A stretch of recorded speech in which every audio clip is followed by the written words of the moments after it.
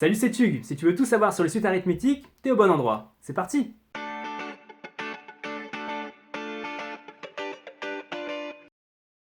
Mais c'est quoi une suite arithmétique? Bon, on va prendre un petit exemple. Par exemple, si je te dis 7, 12, 17, 22, 27, 32, 37, etc., etc., est-ce que tu as remarqué quelque chose de particulier dans l'enchaînement de ces nombres?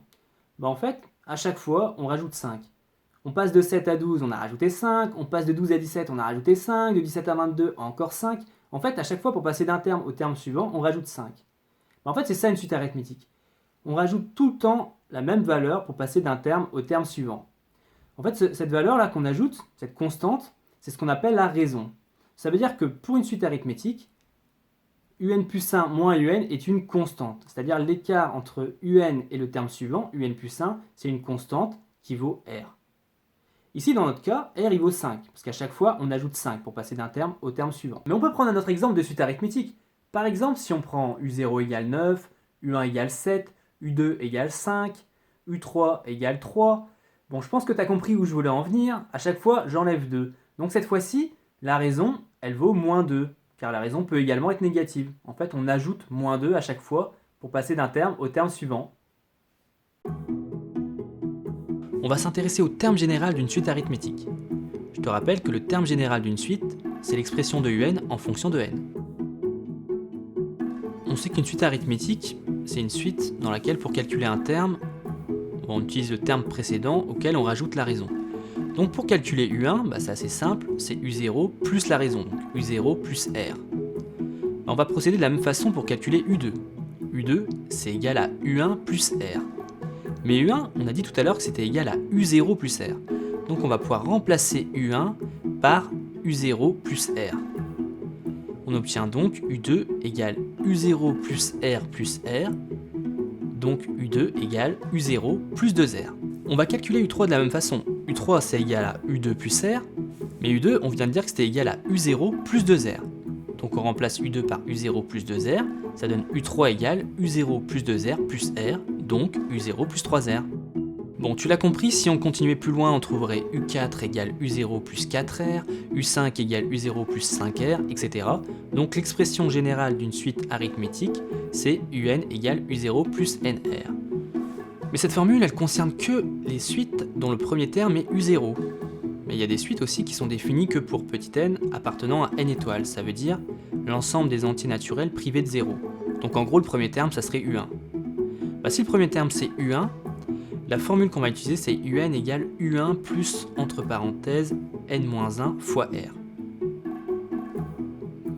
Et de façon générale, un c'est égal à uk plus n-k fois r.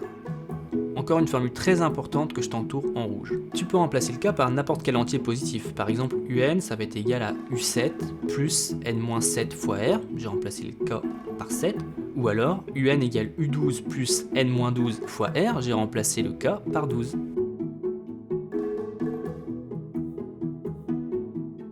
Allez, on va faire des petits exercices pour s'entraîner au calcul de termes d'une suite arithmétique. Premier exercice, un est une suite arithmétique de raison r égale à 3 et de premier terme u0 égale à 5. Et on nous demande de calculer u21. Là c'est simple, puisque un est une suite arithmétique et que le premier terme c'est u0, on va utiliser la formule du terme général, un égale u0 plus nr. Donc puisqu'on veut calculer u21, il suffit de remplacer n par 21, ça donne u21 égale à 5 plus 21 fois 3, ce qui vaut 68.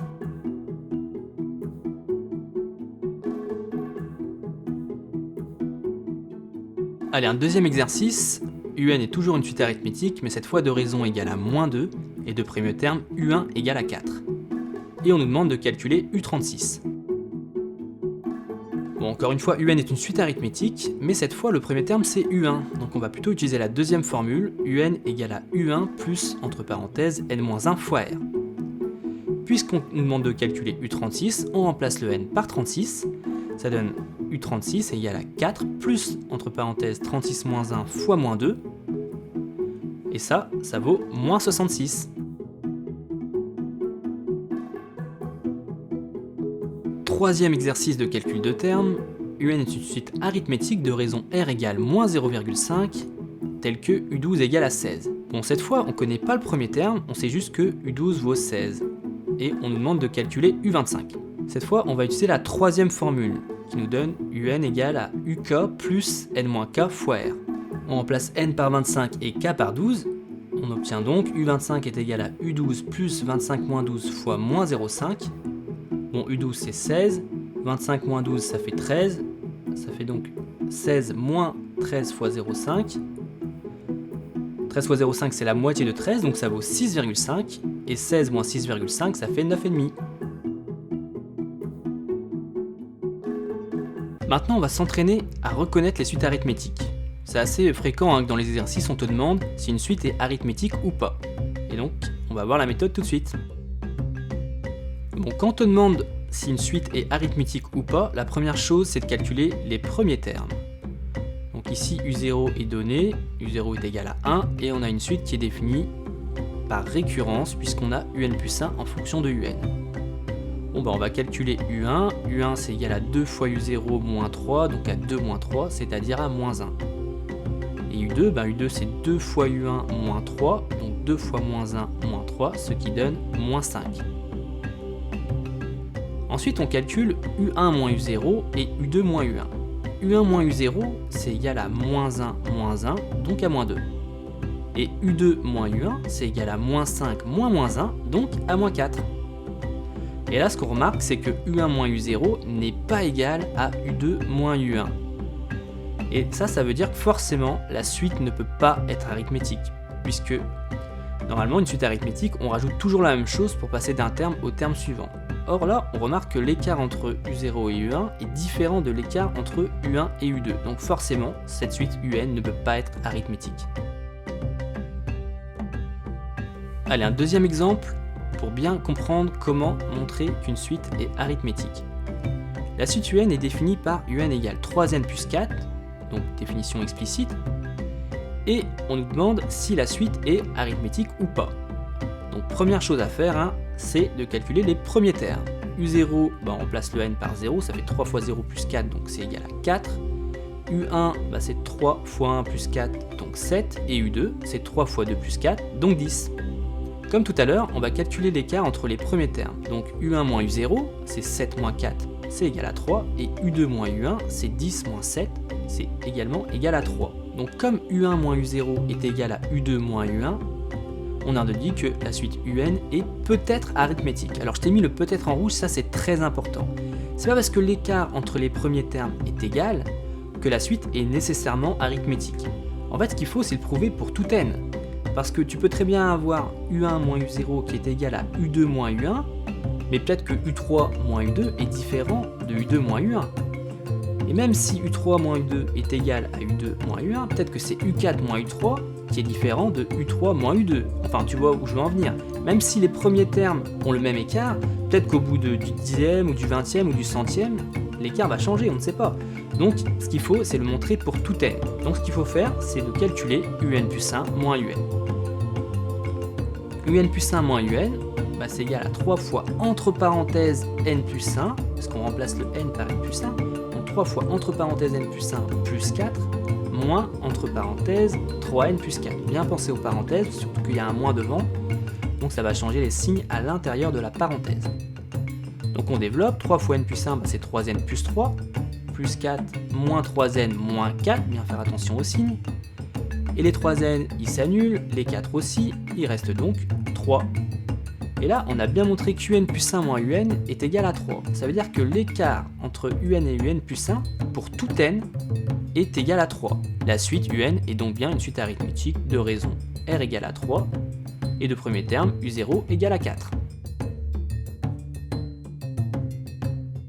Maintenant, on va étudier les variations et les limites d'une suite arithmétique.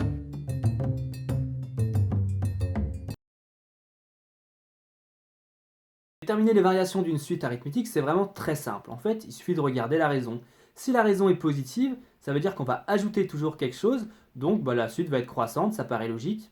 En revanche, si la raison est négative, on retranche toujours quelque chose, donc la suite est décroissante. Pour ce qui est des limites, c'est aussi simple. Pareil, on regarde le signe de la raison. Si la raison est positive, à force d'ajouter, ajouter, quand n devient très grand, un va tendre vers plus l'infini. Et à l'inverse, si on retranche toujours quelque chose à un, donc quand la raison est négative, en fait, un va tendre vers moins l'infini, quand n tend vers plus l'infini.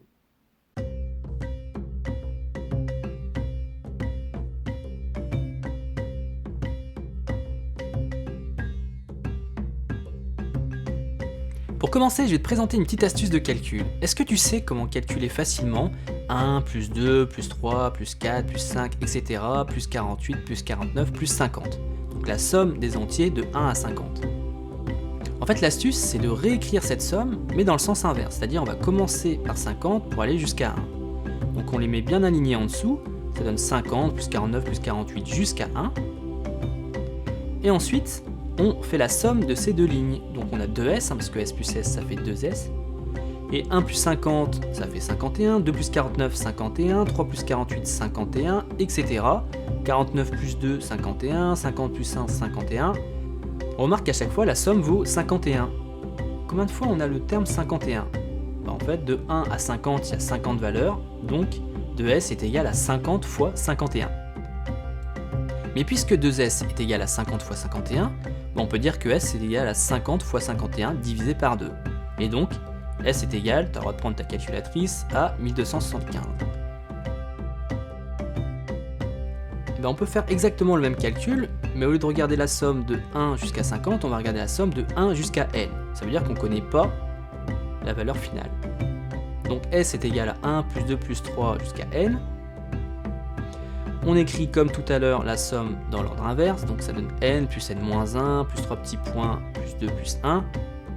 Et donc 2s, c'est égal à n plus 1, plus n plus 1, plus n plus 1, etc. On a n fois le terme n plus 1, donc 2s est égal à n fois n plus 1. Et donc s est égal à n fois n plus 1 sur 2. Eh bien retiens bien ce résultat, parce qu'on va le réutiliser dans le calcul de la somme des termes d'une suite arithmétique. Prenons la somme s égale u0 plus u1 plus u2 plus 3 petits points plus un, donc la somme des termes consécutifs d'une suite arithmétique. On peut remplacer u1 par u0 plus r, u2 par u0 plus 2r, et un par u0 plus nr. Et donc, ce qu'on remarque, c'est que u0, il apparaît n plus une fois. Pourquoi n plus une fois ? De 1 jusqu'à n, il y a n termes, mais il y a aussi le u0 en plus. Donc en tout, ça fait n plus un terme, donc n plus 1 fois u0. Mais il n'y a pas que des u0 là-dedans, il y a aussi r plus 2r, plus 3r, plus 4r, plus 3 petits points, plus nr. Donc r, on peut le factoriser par 1, plus 2, plus 3 petits points, plus n. Tiens, petite parenthèse, si tu as des soucis avec la factorisation, j'ai fait une vidéo il n'y a pas longtemps sur la factorisation, donc n'hésite pas à la regarder. Mais cette somme là, 1 plus 2 plus 3 petits points plus n, on a vu tout à l'heure que c'était égal à n fois n plus 1 sur 2. Donc on peut la remplacer dans l'expression de s. Ensuite, on remarque qu'on peut factoriser par n plus 1. Donc ça donne n plus 1 facteur de u0 plus nr sur 2. Alors dans la parenthèse, on va tout mettre au même dénominateur, donc tout mettre sur 2. Bon, u0, c'est logique que c'est 2u0 sur 2. Et nr, on va le remplacer aussi. On sait que un, c'est égal à u0 plus nr. Donc en passant le u0 de l'autre côté, ça donne nr égale un moins u0. Et maintenant, on peut mettre notre addition de fractions sous la forme d'une seule et même fraction. 2u0 moins u0, ça donne u0. Et on ajoute un, donc ça donne u0 plus un sur 2. Donc en tout, s est égal à n plus 1 fois u0 plus un sur 2. Alors cette formule elle est valable pour la somme des termes consécutifs d'une suite arithmétique, mais seulement quand on part de u0. Mais c'est pas toujours le cas, parfois dans les exercices on fait partir de u1, de u2 ou de n'importe quoi. Donc ce que je te conseille c'est vraiment d'apprendre la formule générale, celle qui marche à tous les coups. Et cette formule générale c'est le nombre de termes fois le premier terme plus le dernier terme, le tout divisé par 2. Apprends bien cette formule, elle est très pratique, elle va te permettre de répondre à toutes les questions du type somme de termes consécutifs d'une suite arithmétique. Allez, c'est parti, on va mettre tout ça en application. On va calculer S égale 4 plus 14 plus 24 plus 34 plus 3 petits points plus 284. Donc ça, on va le réécrire comme la somme de termes d'une suite arithmétique. Pourquoi arithmétique? Parce qu'on remarque qu'à chaque fois, pour passer d'un terme au terme suivant, on a rajouté 10. De 4 à 14, il y a 10. De 14 à 24, il y a 10. De 24 à 34, il y a 10, etc. Il s'agit donc de la somme des termes de la suite arithmétique de raison R égale 10 et de premier terme U0 égale 4.